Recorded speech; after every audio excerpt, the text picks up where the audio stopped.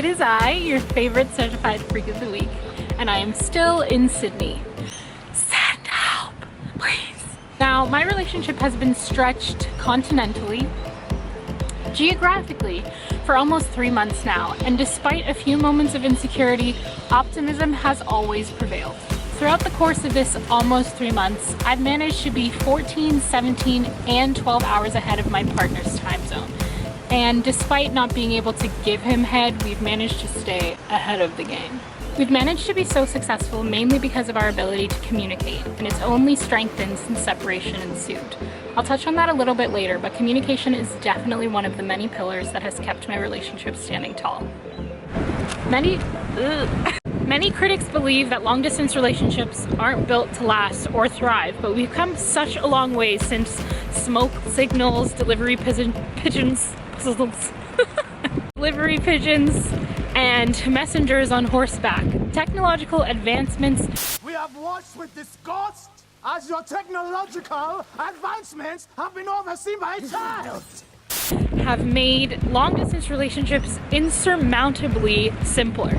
It's wild, from WhatsApp to FaceTime to sex toys that increase the pleasure and the experience for both you and your partner, regardless of the geographical location you're in. The sun decided to come out so I can take off this IT jacket and thermo sweater that I'm wearing.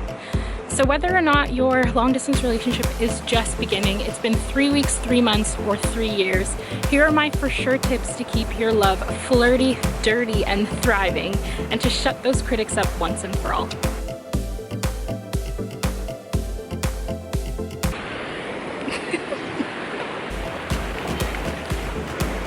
Number 1, bitch, you guessed it. Communication is key. A major key. Ever since this adventure began, I found myself playing the what if game, and as it turns out, so has my partner, which is absolutely normal. Don't shy away from diving into those uncomfortable conversations and asking questions like, do your long-term goals align? Are you still happy together? Do you feel joy when you get a chance to reconnect? And how and when will you know when it's time to end the relationship? What will that look like for you?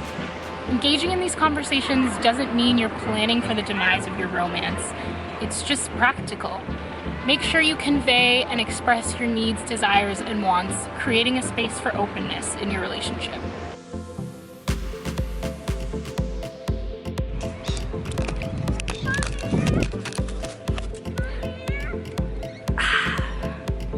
Rolling off of communicating your needs and desires, determine your love languages. There are many tests that exist online which can determine where each gifts, quality time, acts of service, words of affirmation, and physical touch rank for you. Unfortunately for me, my number 1 is physical touch. I mean, I could touch myself, but a girl needs to every now and again, you know? If words of affirmation and gifts are at the top of your list, things will definitely be a little bit easier for you. There's nothing like receiving a postcard or care package from your partner, whether they are the traveling party or not, to be reminded that you're in their thoughts. But anyone would like getting those things. Quality time can still exist in your relationships. It's just going to present itself in the form of Skype and FaceTime instead of being couch potatoes together at home in your underwear. Deciphering which language your heart speaks can go such a long way in LDRs, as it helps to get creative with the ways you make your partner feel valued, depending on their double L. You know what they say, if it ain't broke, don't fix it. I always tell my partner, I loved him yesterday, I'm still in love with him today, and I don't intend on anything changing tomorrow. Relationships don't need to be complicated, but they can be when a couple kilometers or miles are added to the equation. All individuals involved need to be dedicated and committed to putting the groundwork in. When it stops being enjoyable, that's when you'll know it's time to end it. Remember those relationship pillars I was referring to early on in this video? Well, this is one of them. Insecurities and self-esteem issues can begin to present themselves when absenteeism replaces the physical contact that used to be present, if you let it. Have confidence in your relationship and the foundation that you've built, and when you falter, refer to tip 1 of this video.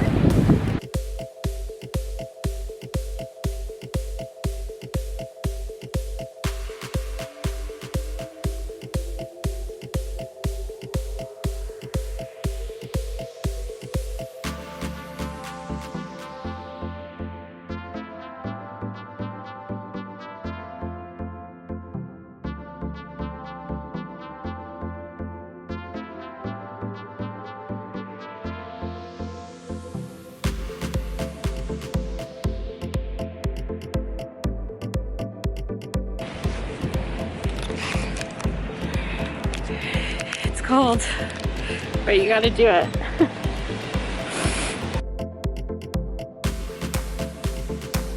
Set aside a designated date and time for you and your partner to reconnect uninterrupted and without distractions. Be flexible and have a backup plan in case things change. In doing this, you and your partner both have something to look forward to, and the anticipation and excitement alone can increase intimacy levels. This can be especially reassuring for the partner who's not traveling, as they may feel you're having too much fun to even miss them.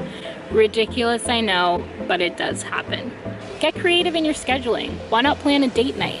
Who says they have to die with distance? Get all dolled up and go FaceTime at a restaurant and end the night off however you choose. With a little dessert, if you know what I'm saying.